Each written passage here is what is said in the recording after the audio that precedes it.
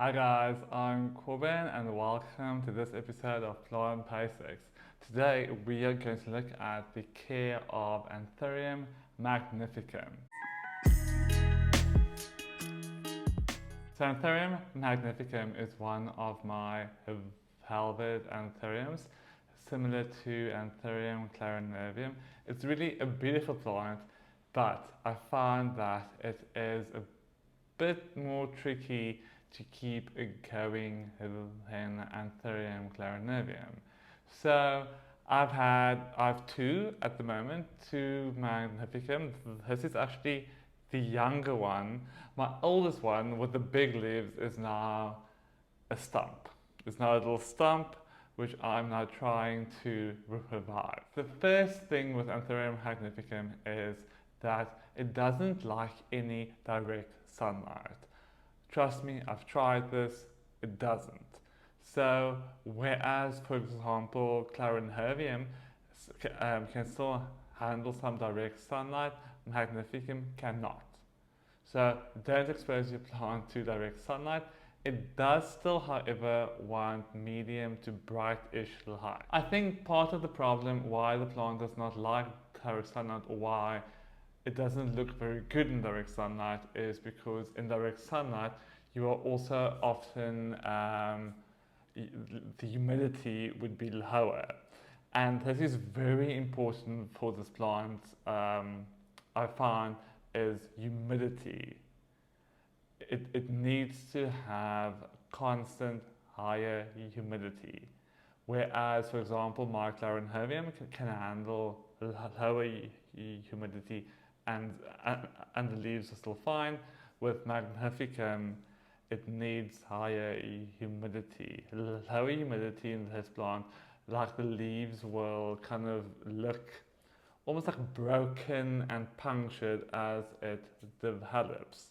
And that's why I'm so surprised how nicely this leaf has developed. Because at the store I used to work, they had a big magnificum in a tub, and that store was also quite harsh, especially in summer, because it had kind of like those what do you call it, like perspex sheeting in the roof.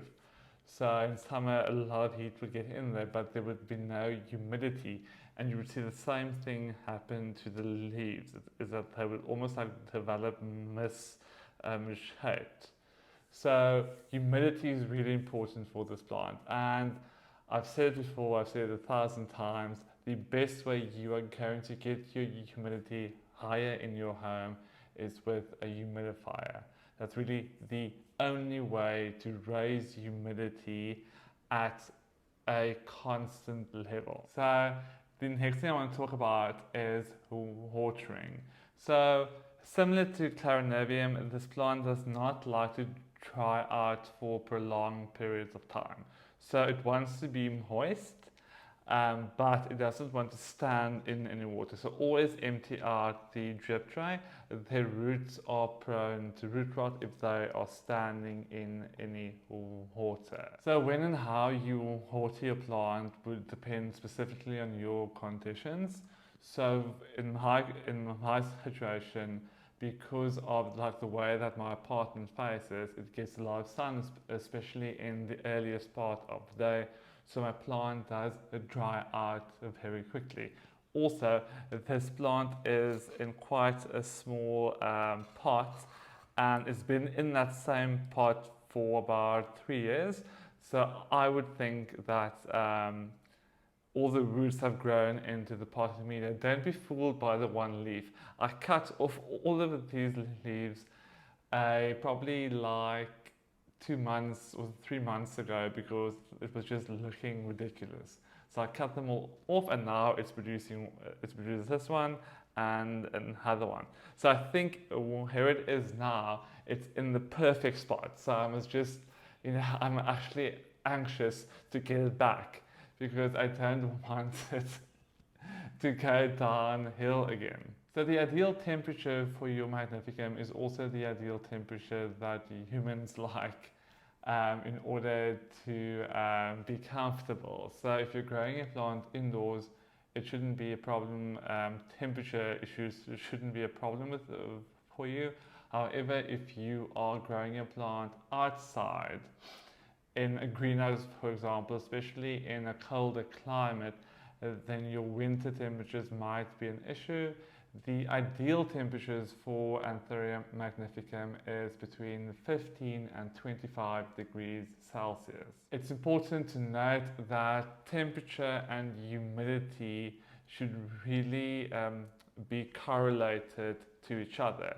So if your temperature goes up, your humidity has to go up. If the temperature comes down, the humidity has to come down. Otherwise, it can lead to root rot or fungal issues on your plant if it's cold and humid at the same time. So let's talk about the potting soil. As I'm sure you've heard in all my videos about anthuriums, anthuriums want really well draining loose potting soil. So don't be afraid to add in the perlite, add in the bark, add in anything that will give your plant the aeration that it craves. Remember, these are tropical plants that often grow on rocks in crevices, off the floor, so their roots really want to be moist and have air around them at the same time. You can augment normal garden center potting mix with bark or perlite to really give you the aeration, and that should be perfect for your Magnificum. So let's talk about pests. So on my Magnificum, the number one pest I found has been brown scale. They just love sitting on these veins of your plant. I actually took a few off this morning. So what I do, if you don't have a lot of scale, so if it's just starting, you can take a cotton bud, dip in some alcohol and just wipe them off.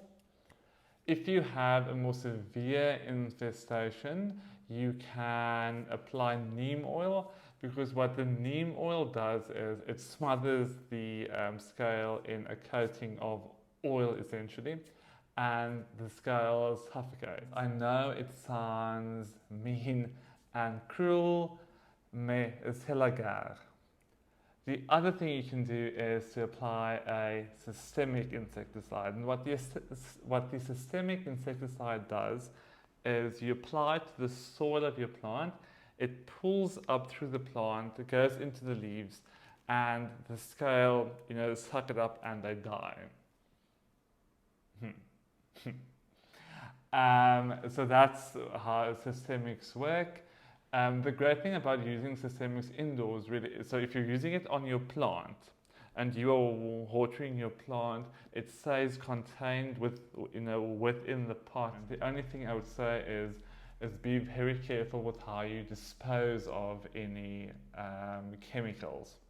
So I've come to the end of this video. Just to recap what we've said. So with light, you're going to want medium to bright light, no direct sunlight. So that's number one. With humidity, you're going to want to give this plant high humidity because dry air will damage your new leaves. And like I said, with humidity, you can, the best way to augment humidity in your home is with a humidifier. Then we talked about watering. So with Anthurium Magnificum, you want to keep them moist and you don't really want them to dry out.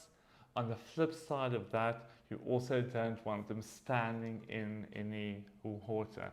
So my best advice to you would be to water your plant at a sink or somewhere where the water can just run through the pot. When you place your plant on the drying rack, let the water run out and put it back in its spot.